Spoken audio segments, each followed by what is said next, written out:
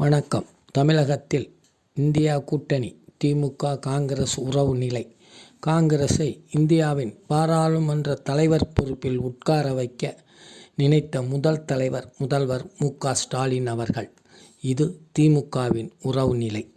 காங்கிரஸில் உள்ள சிலரும் அவர்களது எண்ணம் கொண்டவர்களும் மாநிலத்தில் அதிகாரம் என்ற குழப்ப நிலை.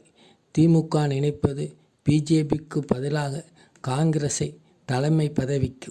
ஆனால் இங்குள்ள சில சனாதன ஆதிக்க தனக்கு அதிகாரம் கொண்ட காங்கிரஸ் ஆட்கள் தன் கூட்டாளியை சனாதன RSS வாதிகளால் பயமுறுத்தப்பட்டு நடிப்பு தொழிலால் தந்தை தாய் தானும் சார்ந்திருந்த குடும்பத்தையும் இயக்கத்தையும் அதன் தலைவரை நாகரிகம் இன்றி கடும் வார்த்தைகளால் விமர்சனம் செய்யும் நடிகரின் படம் வந்தால் என்ன வராமல் போனால் என்ன, இதுவா நமது வேலை?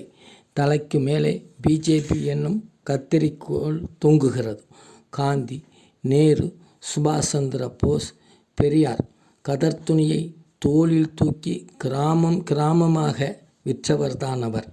இன்னும் பல ஆயிரக்கணக்கான உயிர் தியாகம் செய்தவர்களை மறைத்து மன்னிப்பு கேட்ட காந்தியை சுட்டு கொண்ட கோட்சே வகைராக்களை பாராளுமன்றத்திலும் வெளியிலும் சிலையாக நிறுவி உண்மையான தியாகிகளை பாட நூல்களிலும் அகற்றும் ஆளும் வர்க்கத்தினை விடவா காங்கிரஸுக்கு இந்த நடிகர் விஜயம்?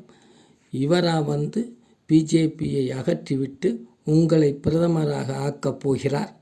இதுதான் ஒரு சாமானிய தொண்டனின் கேள்வி. இன்று காங்கிரஸ் தலைமையின் கட்டளையை இங்குள்ள அறிவு ஜீவிகள் மதிப்பார்களா? நன்றி, வணக்கம்.